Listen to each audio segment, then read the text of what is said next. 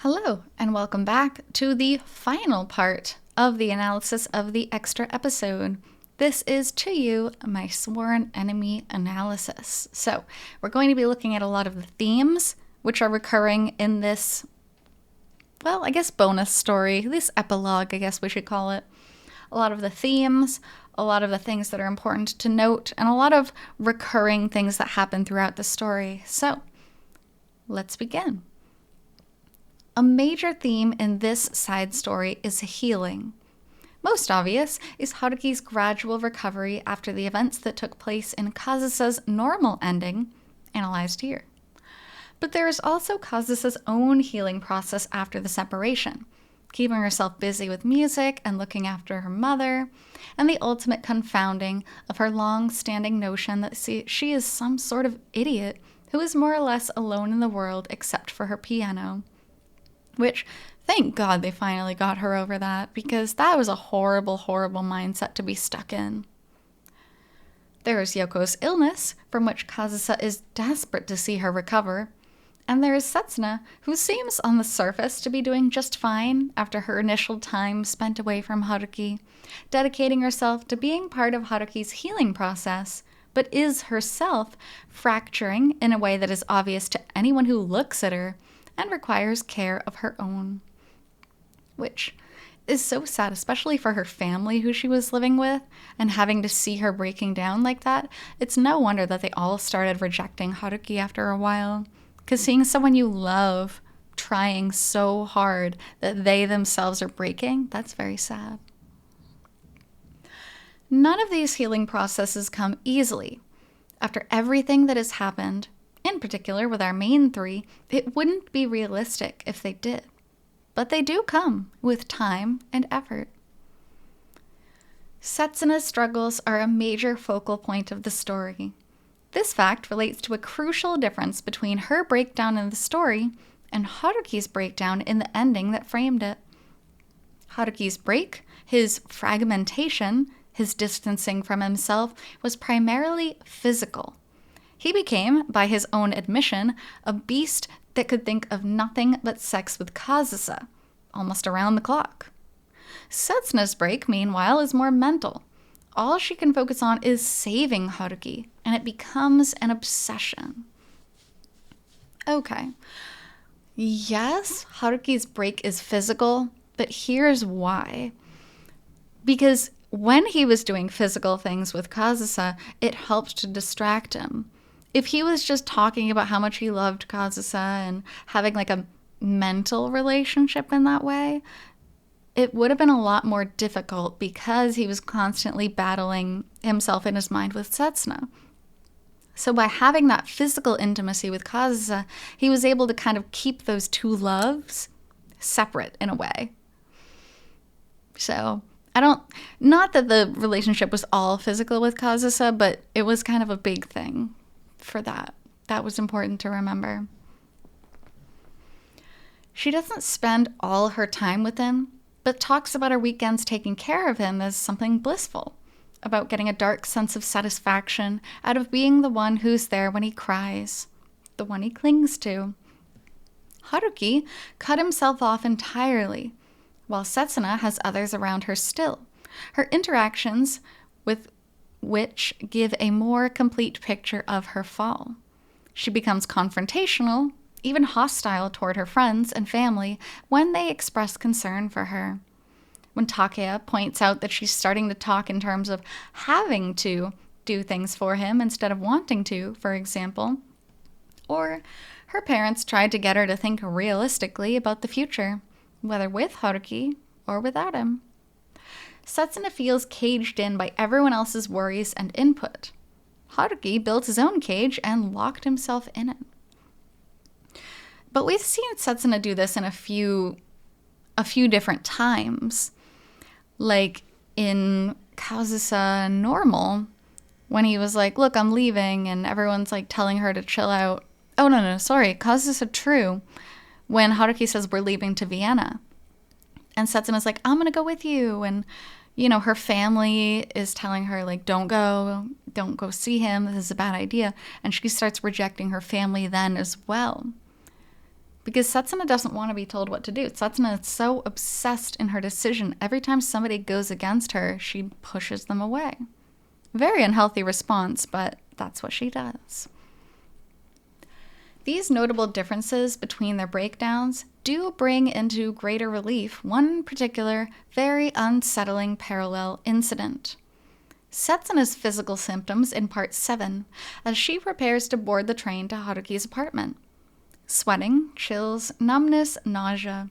It lines up almost perfectly to what Haruki started to experience every time he left his apartment during his time living with Kazusa. This is such a good parallel. This is such a well-written parallel. This is one of my favorite parts of the story, I think. When she does make it to his apartment, her energy throughout the visit is clearly more frantic and more forced than usual. And as she bustles around doing chores, she acknowledges to herself that moving around so much that she doesn't have time to think is the best thing for her at the moment.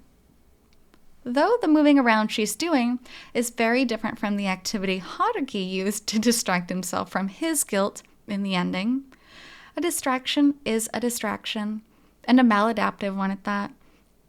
And what's more, Haruki recognizes it, which is why he cuts her off before it can get any worse. Yeah, it's very different.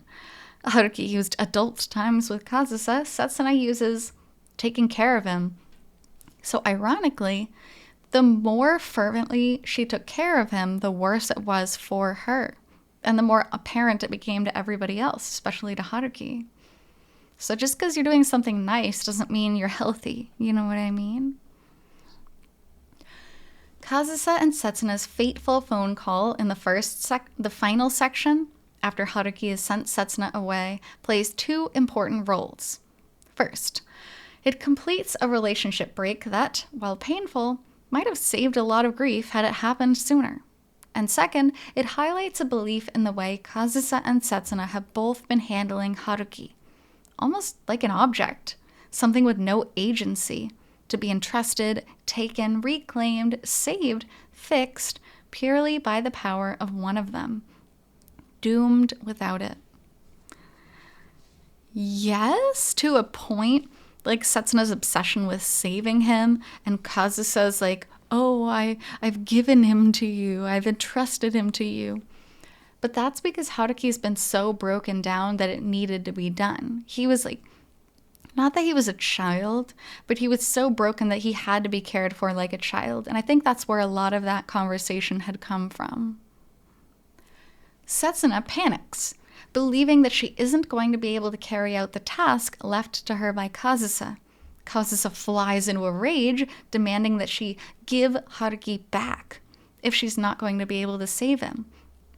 Neither of them considers the possibility that there might be hope for Haruki independent of either of them, which, again, still, in my opinion, would have been the best ending for all of them. Because Setsuna has come to attach so much of her happiness, her sense of purpose, her reason for existence to this particular task, the shock when she learns that she wasn't the sole reason for Haruki's recovery is devastating. As Haruki notes in his narration, everything Setsuna did was one of several necessary processes in the whole progression. There was medicine, there was time carefully spent outside and around other people, there was support from his coworkers, there were check-ins with the doctor. It was, above all, a matter of time. And as he points out to Setsuna, she tends to look at things in extremes. Either she is his savior, as Kazusa tasked her with being, or she is an angel of death, a plague, making everything worse. It never occurred to her that there could be anything between. And this, I do feel like this is one of the symptoms of maybe not mental illness. I do believe mental illness, but also in terms of not being in a healthy mindset overall. Not everything is horribly negative or horribly positive. There are so many things in between. If something bad happens, it shouldn't ruin you. And if something good happens, it doesn't mean that like your relationship is amazing. But for Setsuna, she often clings to those extremes. And that's where people are like, she's so dumb. Oh my God, why would she do that? Including me. It's because of her tendency to cling to extremes that doesn't make sense to the average, well-minded person. Nevertheless, Haruki prayed that Setsuna would come back, to the point of leaving a note for her every time he went out, on the off chance that she would show up and see it. Even though she didn't single-handedly save him, he wanted her there. This is an important lesson to learn for any relationship. The value of being wanted, even without necessarily being needed, or what it means to be needed emotionally without being someone's single lifeline. Oh, this is so beautiful. This is the best paragraph in the analysis. Oh my God, it's so true. Everybody wants to be wanted, but you shouldn't be needed,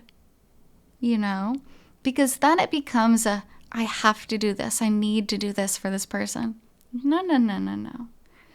You should be wanted by someone, and you should have enough lifelines that you could use their help, but you don't need them. That is a healthy relationship. That is the quintessential, most beautiful part you can get to in a relationship.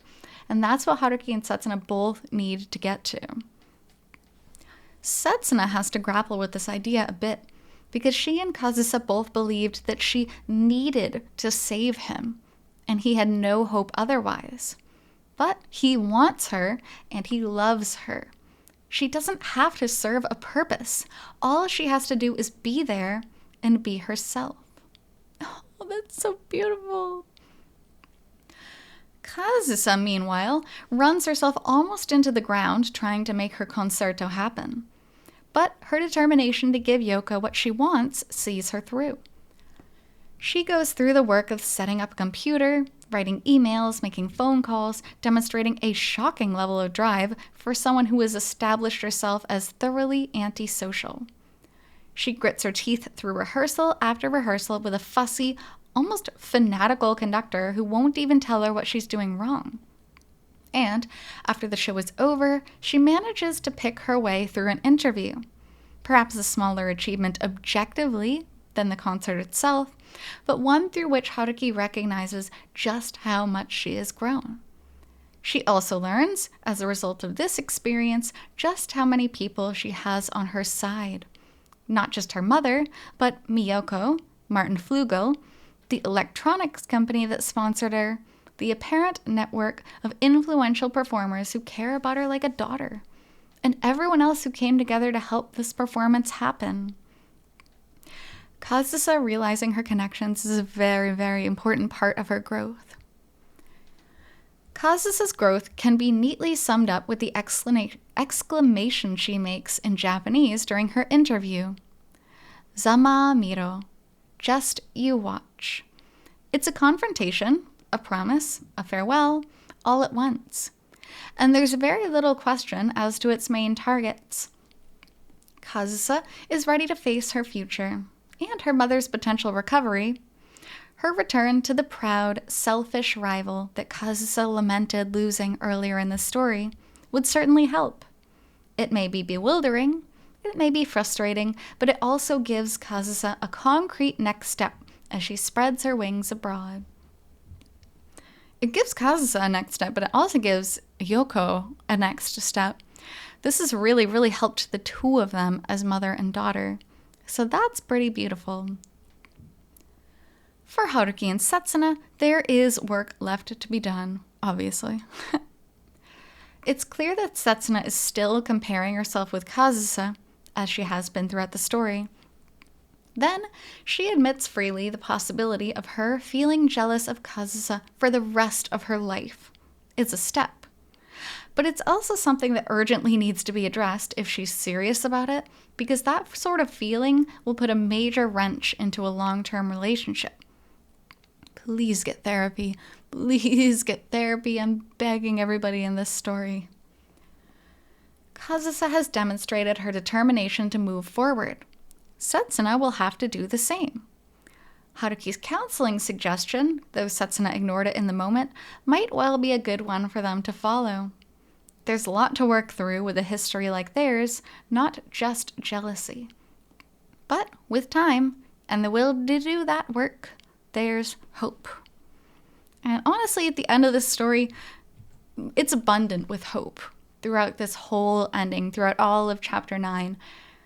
There's, I guess, yeah, that is all there is. Of course, there's worry, but everything's heading in a good direction. So as long as all the characters keep moving forward, there's hope for a beautiful future. Of course, there's going to be bumps along the road, but that's things you have to work together and get through. So that brings us to the very end of the extra episode, To You, My Sworn Enemy. So, thank you so much for being here and listening to this bonus story from White Album 2, and I will be back with more bonus stories in the future. So until then, hope you take care. See you!